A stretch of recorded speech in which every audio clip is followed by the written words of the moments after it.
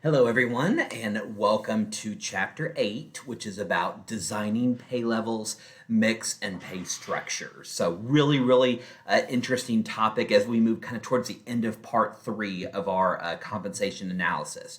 To start off, early in the chapter, Exhibit 8.1 does a really good job of kind of determining the external pay levels and the steps that we're going to be taking in this process through this chapter. And there's several steps that really help determine what those external pay levels look like. And the first thing that we have to do is specify a competitive pay policy. And if you go back to Chapter 7, that's essentially what we did there was, we collect data. How do we determine, what those levels look like? And one way that we do that is, excuse me, is collect surveys.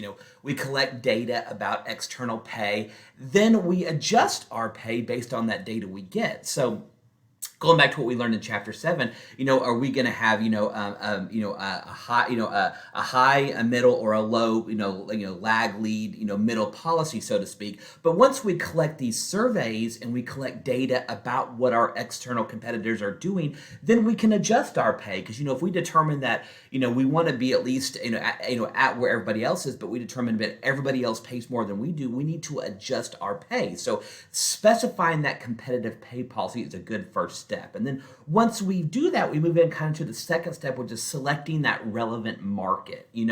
And there's several things. So where do we look at? How do we determine what this market we're looking at is? Well, there's kind of three ways we can do that. We can look at same occupations or skills. So so we're looking at comparing ourselves to other plumbers or other electricians or other marketing executives, things like that. We can group it that way. We can group the market based on geographic areas. So, the St. Louis area, New York City, LA, Miami, Dallas, or, maybe just, the state of Montana or the state of Alabama. We need to determine what geographic area we're looking at. And then the third is we can look at that have the same products or services. So, so Coke and Pepsi, for example, Avis and Hertz, Delta and American, those are things we can look at, or different, similar services. So if you're in a small town, if there's 5 veterinarians, so we're offering veterinarian services, but we can look at different ways that we can determine that market. So once we kind of have that market and we know what we're looking at, then we have to design our survey. We need to be able to determine what we're looking at. How are we going to get this data? And generally, if you work for a big company, the compensation manager or the compensation team will usually design this survey to help us get this information. But, where we see a lot, especially with bigger firms, is that they will hire outside consulting companies. If you're a smaller organization, somebody in HR might be the person taking care of this. But the whole idea is going back to what we talked about a couple of chapters ago about benchmarking jobs to determine what to include, what data, what information. During checkpoint number 1, if you remember, we looked at how do we gather that data. For checkpoint number 2, the BLS, the Bureau of Labor Statistics, will be one source that we're using to gather data for checkpoint number 2. So that's something that we're going to look at very big on how we design that survey.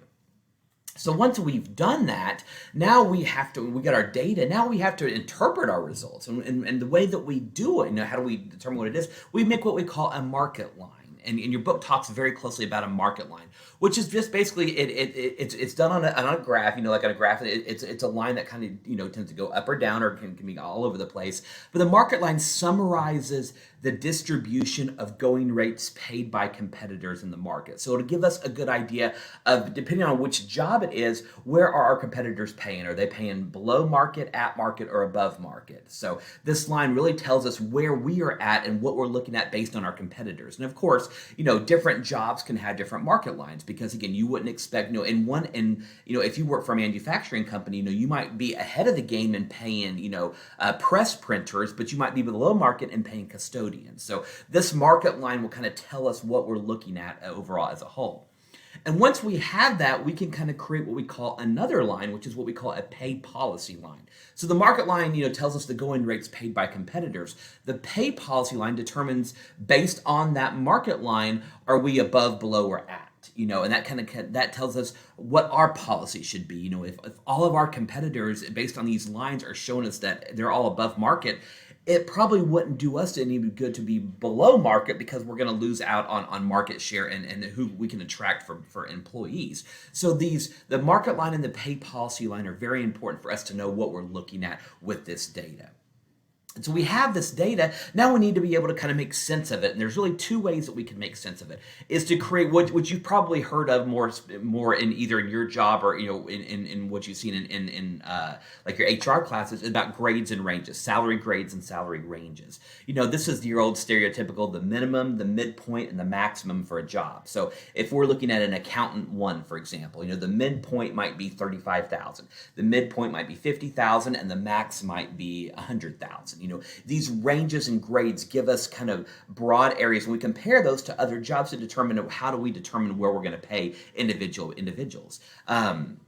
With that, you've probably also seen a lot of companies will do what they call a hiring range, where they're not going to pay the minimum, but they're not going to pay the max either. So, in that range where we have from 30 to 100, they might say, well, if I'm hiring a new accountant, I'm probably going to be hiring in the range of 40 to 60. And that's kind of the range that, unless somebody has just, years and years and years of just really great service, they're probably not going to pay the max, because if they do, where do people go from there? So they try to pay, in what we call a hiring ranges. But, determining what these grades and ranges look like will help us determine how we're going to pay individuals. And so grades and ranges are one way. The other way is what we call broad banding, where we kind of collapse these salary grades into fewer broader bands, each with a very large range. And the reason that we tend to do broad banding is it helps to define jobs more broadly, and it helps us to kind of place what jobs are similar, which ones are different, and how we kind of want to pay similar jobs similarly. So, if we want to pay accounting and finance and compliance similarly,